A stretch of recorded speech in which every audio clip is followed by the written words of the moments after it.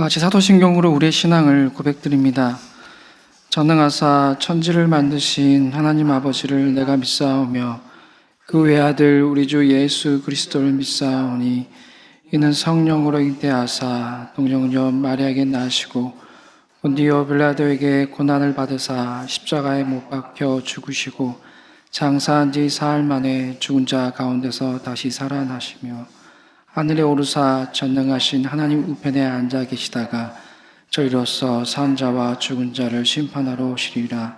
성령을 믿사오며 거룩한 공회와 성도가 서로 교통하는 것과 죄를 사하여 주시는 것과 몸이 다시 사는 것과 영원히 사는 것을 믿사옵나이다. 아멘. 오늘 우리가 함께 부를 찬송가는 찬송가 221장입니다. 찬송가 221장, 우리 가사 먼저 함께 읽도록 하겠습니다. 주 믿는 형제들 사랑의 사귐은 천국의 교제 같으니 참 좋은 친교라. 하나님 보좌 앞 다 기도드리니 우리의 믿은 소망이 주 안에 하나라. 피차의 슬픔과 수고를 나누고 늘 동고동락하면서 참 사랑 나누네. 또 이별할 때에 마음 비록 슬퍼도 주 안에 교제하면서 또다시 만나리. 아멘. 우리 찬양 함께 부르겠습니다.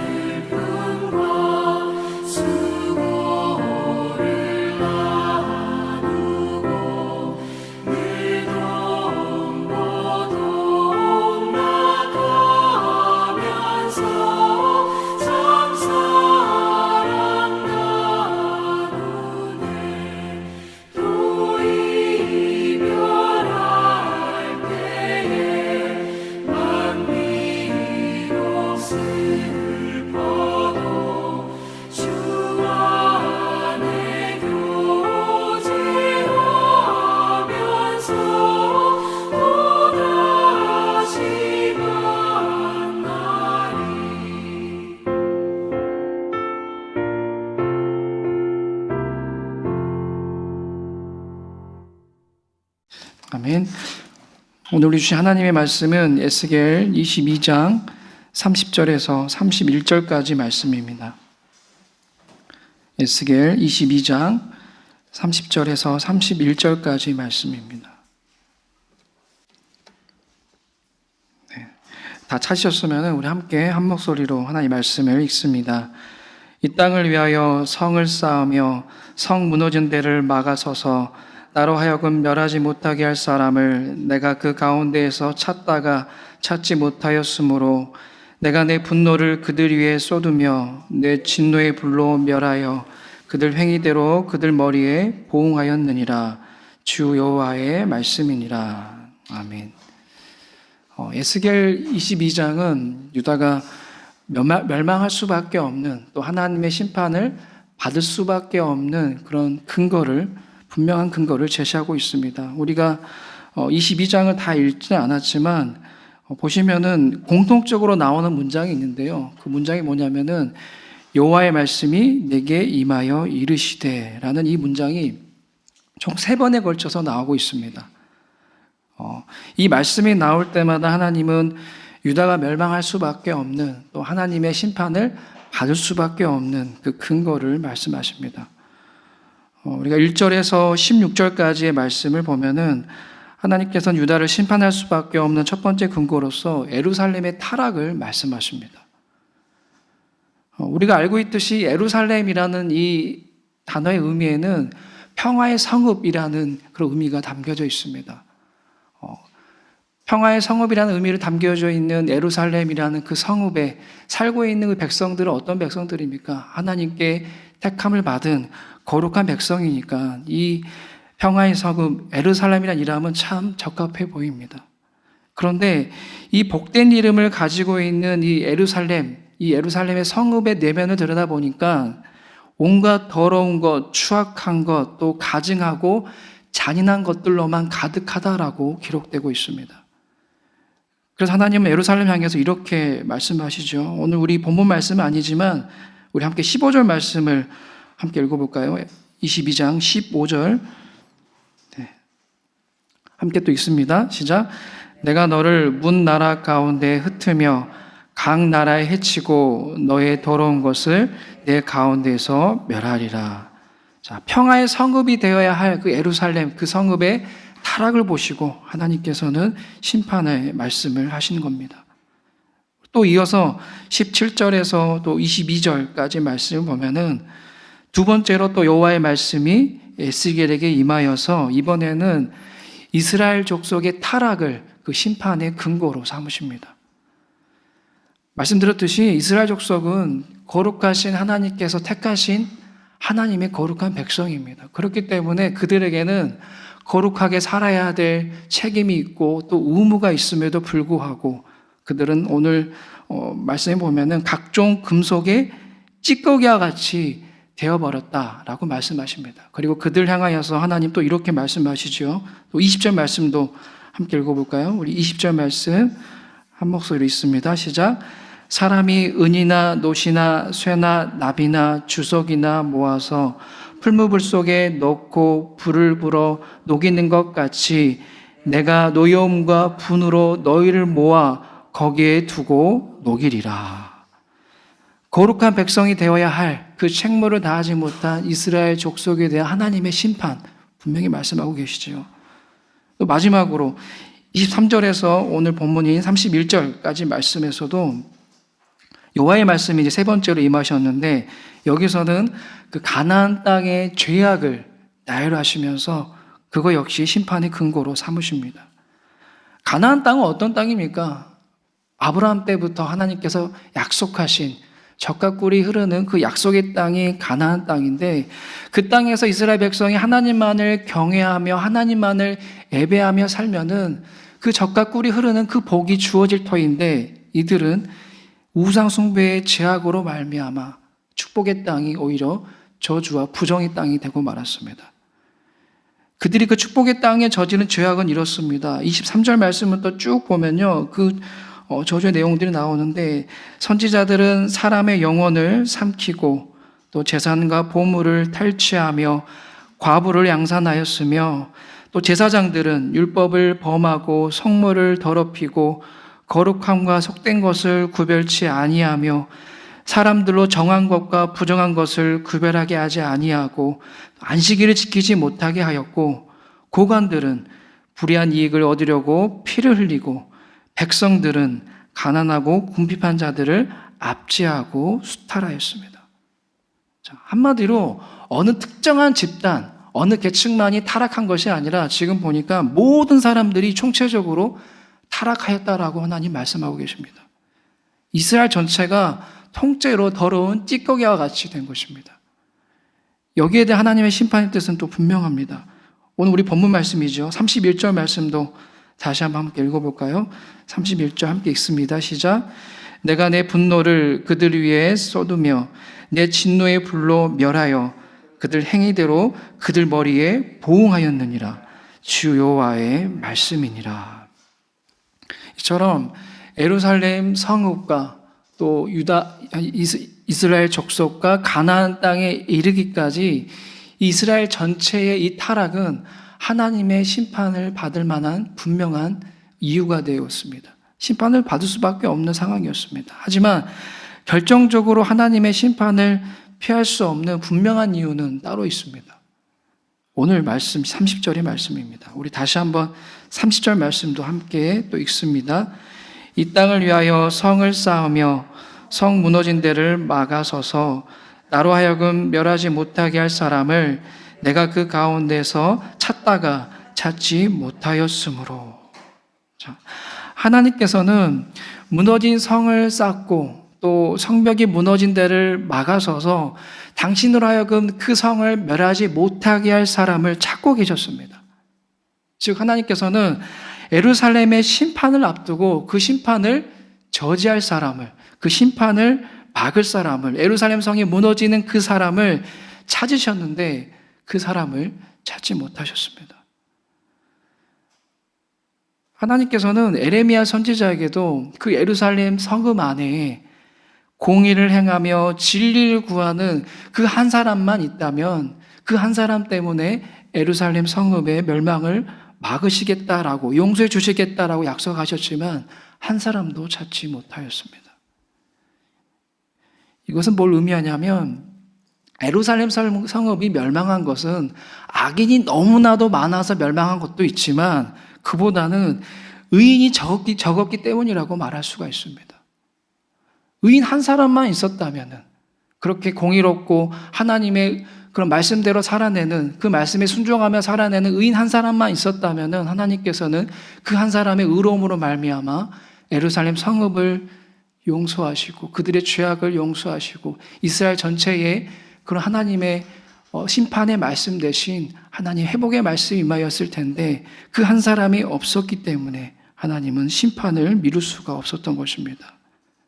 정말 의인 한 사람만 있다면 성읍이 무너지는 것을 막을 수 있었고 한 나라의 운명을 지켜낼 수 있었던 것입니다. 사랑하는 여러분, 저는 오늘 이 말씀을 준비하면서 오늘날 이 땅에 서 있는 수많은 교회들을 생각해 보았습니다. 그리고 예루살렘 성과 같이 과연 교회도 금이 갈라지고 또 부분적으로 무너져 내린 성벽이 무엇일까 하고 생각해 보았습니다. 그러면서 드는 생각이 이 땅에 서 있는 수많은 교회들의 공통적인 문제점이 아픔을 공감하지 못하는 공감성의 부재와 상실이 아닐까. 바로 이것이 우리 이 땅에 있는 교회들의 문제가 아닐까. 예루살렘 성과 같이 바로 이 부분이 무너져 내린 성벽이 아닐까라고 생각해 보았습니다. 우리가 잘 알고 있듯이 교회는 예수 그리스도의 몸입니다. 그리고 그 몸을 이루는 지체들이 존재하고 있습니다. 그래서 건강한 교회는 어떤 교회냐면은 각각의 지체들이 아플 때에 그 아픔에 민감하게 반응한 것이죠. 즉각적인 반응을 보이면서 그 아픔을 해소하는 데 온전히 집중하는 것이 바로 건강한 교회의 모습일 것입니다. 이것을 좀 이해하시려면 우리 각자의 몸을 생각해 보시면 될 것 같아요. 우리가 암이나 이런 큰 질병에 걸리면 어떠합니까? 몸의 중심이 현재 내가 지금 아파하고 있는 것이 곧 그곳이 내 몸의 중심이 되죠. 온몸의 신경이 그 아픈 곳을 향하게 됩니다. 그런데 이러한 원리는 꼭 큰 병이 아니더라도 동일합니다. 저 같은 경우가 조금 이렇게 가루하고 좀 무리하게 되면은 입안에 혓바늘이 자주 생겨요.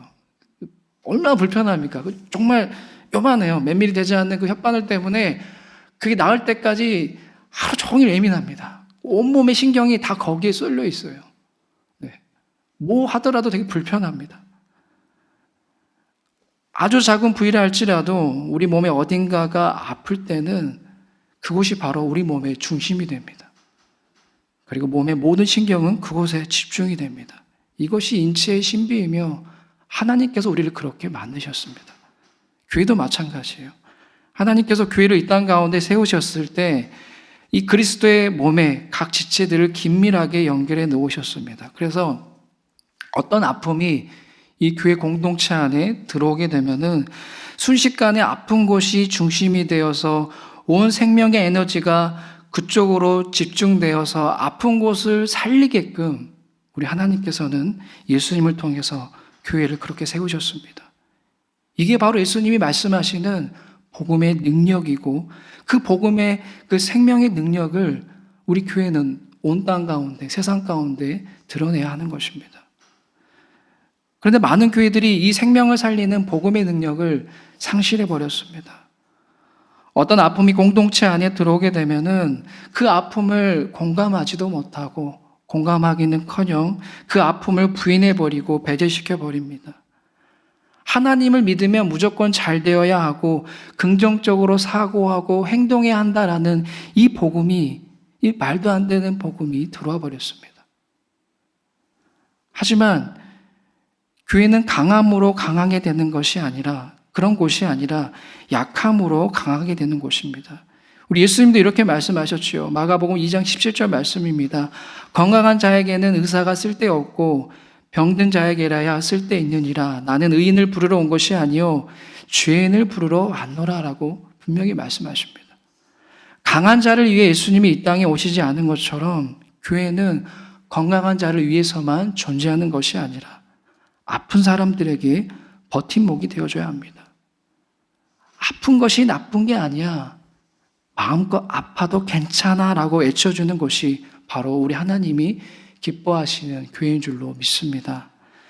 정말 예수님의 몸된 교회라면은 삶에 지치고 힘겹고 오갈 곳 없는 사람들이 와서 자신의 존재를 있는 그대로 맡길 수 있는 곳이 되어야 하지 않겠습니까?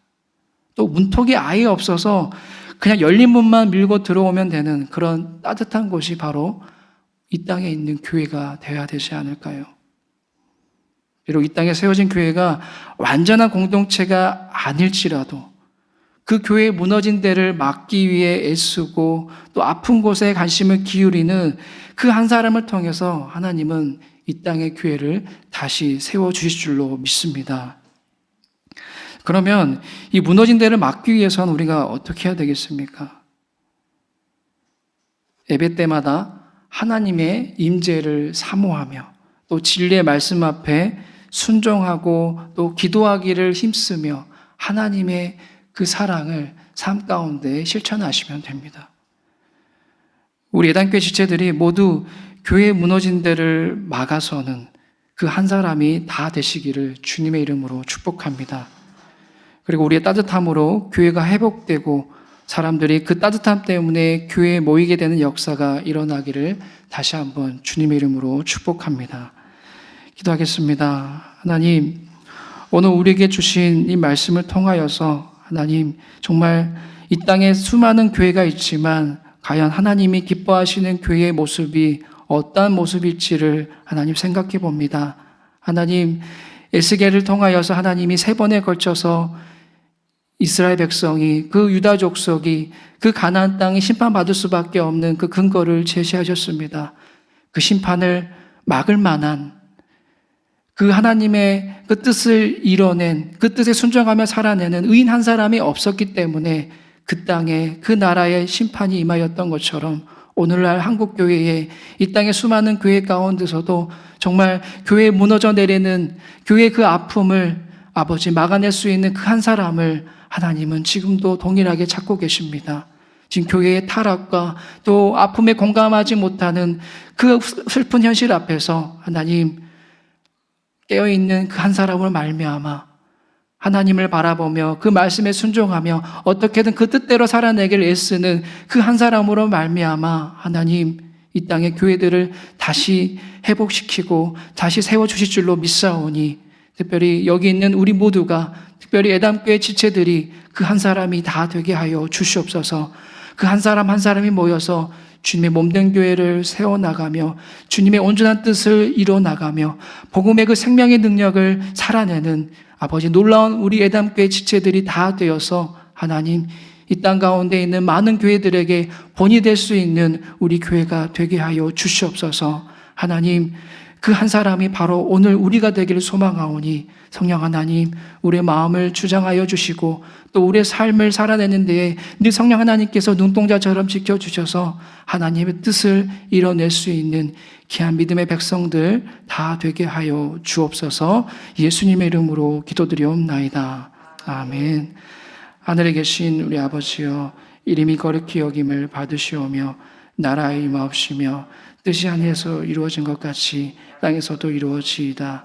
오늘날 우리에게 일용할 양식을 주옵시고 우리가 우리에게 죄 지은 자를 사하여 준 것 같이 우리의 죄를 사하여 주옵시고 우리를 시험에 들게 하지 마옵시고 다만 악에서 구하옵소서.